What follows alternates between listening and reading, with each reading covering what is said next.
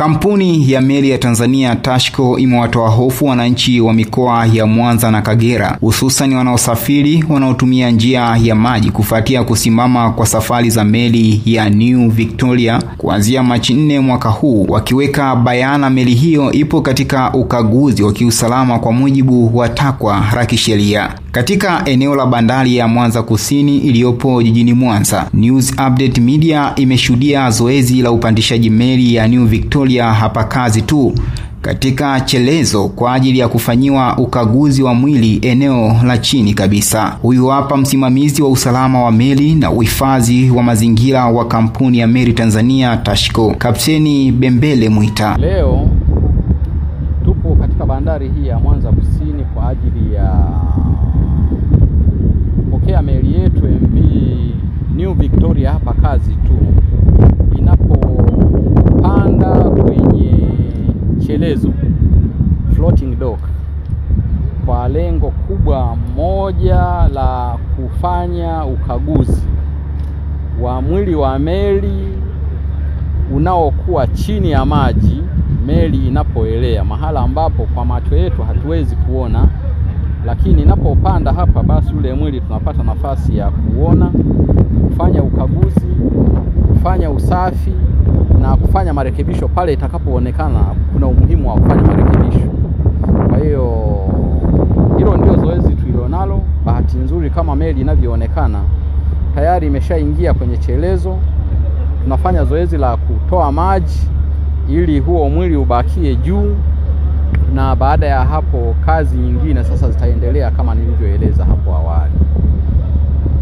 Zoezi hili, ndugu wanahabari, ni zoezi la kawaida kabisa kwenye vyombo vinavyotembea kwenye maji.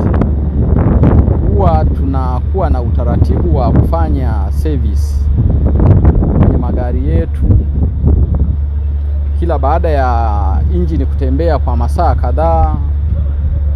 Gari inasimama, mnamwaga oili, mnafanya service za mitambo na mifumo tofauti tofauti. Hata kwenye meli pia huwa tunakuwa na ratiba za namna hiyo, kwamba kila baada ya muda fulani meli lazima isimame ikaguliwe. Na service za kawaida kwenye mitambo inayoonekana, kwa mfano kwenye engine, generator, pumps na mifumo tofauti tofauti, inafanywa service kila kimoja kwa wakati tofauti tofauti kutegemea na maelekezo ya kiwanda kilichotengeneza. Kwa hiyo kwa mwili huu ilikuwa repair kwa chombo chetu.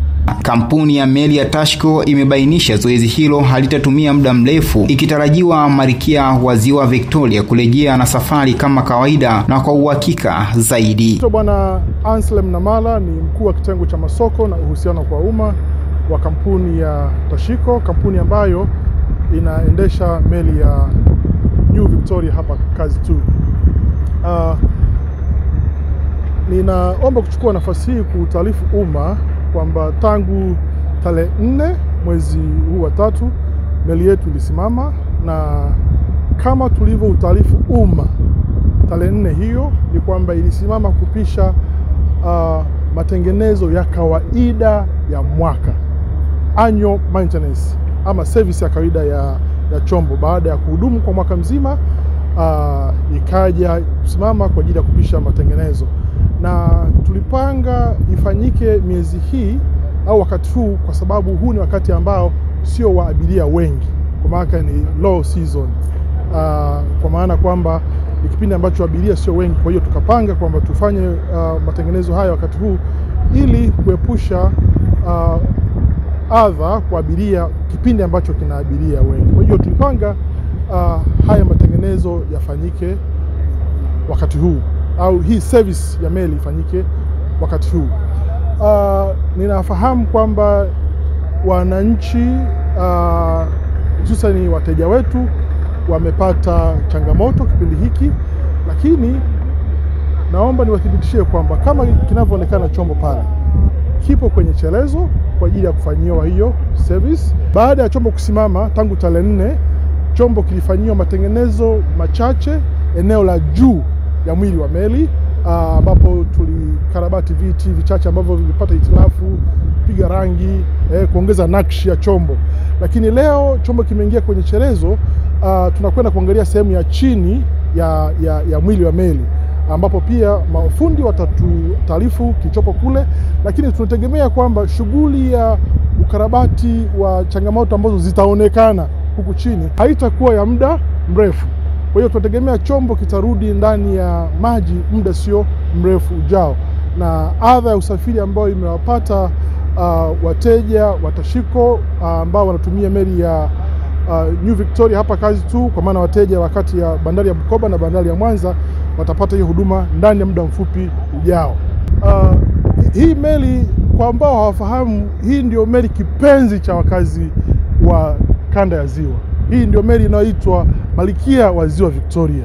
Hii ni meli inayochukua abiria 1200 na ni meli ambayo ni kiungo muhimu cha biashara kati ya mji bandari wa Mwanza na mji bandari wa Bukoba. Ni meli ambayo ina burudani mbalimbali ndani yake humo ndani ya meli. Ni meli ambayo ina muziki mzuri kweli kweli mle ndani. Kuna rumba linapigwa mle ndani. Ni meli ambayo abiria wana nafasi ya kulala. Ni meli ambayo unapata chakula murua maridhawa ndani ya hiyo meli.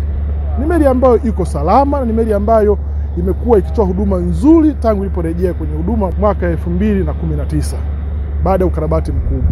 Kwa hiyo tunategemea kwamba ndani ya muda mfupi ujao hii itarudi kwenye biashara na mambo yatakwenda sawa. Mimi naitwa Aloni Francisco Kamwanda.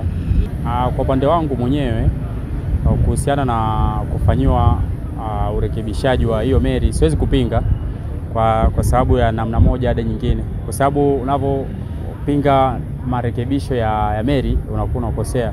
Kwa sababu marekebisho yana faida zake na pia na hasara zake kama nilivyosema mwanzo. Kama hivyo, mojawapo ya faida zake ya kufanya urekebishaji, mojawapo ya faida ni kwanza inaimarisha usafiri, unakuwa ni usafiri ambao ni imara na kuhakikisha usafiri mahali chombo kinapoenda kinafika kikiwa salama. Na hasara mojawapo ni ile binadamu au wewe kama wewe unaweza kuwa umepangilia usafiri ambao ni bei chipu kutoka sehemu moja, kama kwa mfano kama natoka Mwanza kwenda Bukoba, naweza nikatumia kwa mfano kama gharama unavyosafiri kwenye meli ilikuwa kama labda 30,000, lakini ukipita nchi kavu inakuwa kama 40,000. Kwa hiyo ni mojawapo ya ile ambayo inakuwa kama hasara. Tunaweza tukaweka kwa upande wa hasara. Kwa namna moja hadi nyingine, labda nianze na kufanya marekebisho ya meli. Kwanza meli iendelee kufanywa marekebisho mpaka pindi itakapokaa sawa, kwa sababu hatuwezi kulazimisha kwamba chombo kiingie majini kabla meli haijakaa sawa. Hasara kwanza, hasara kwa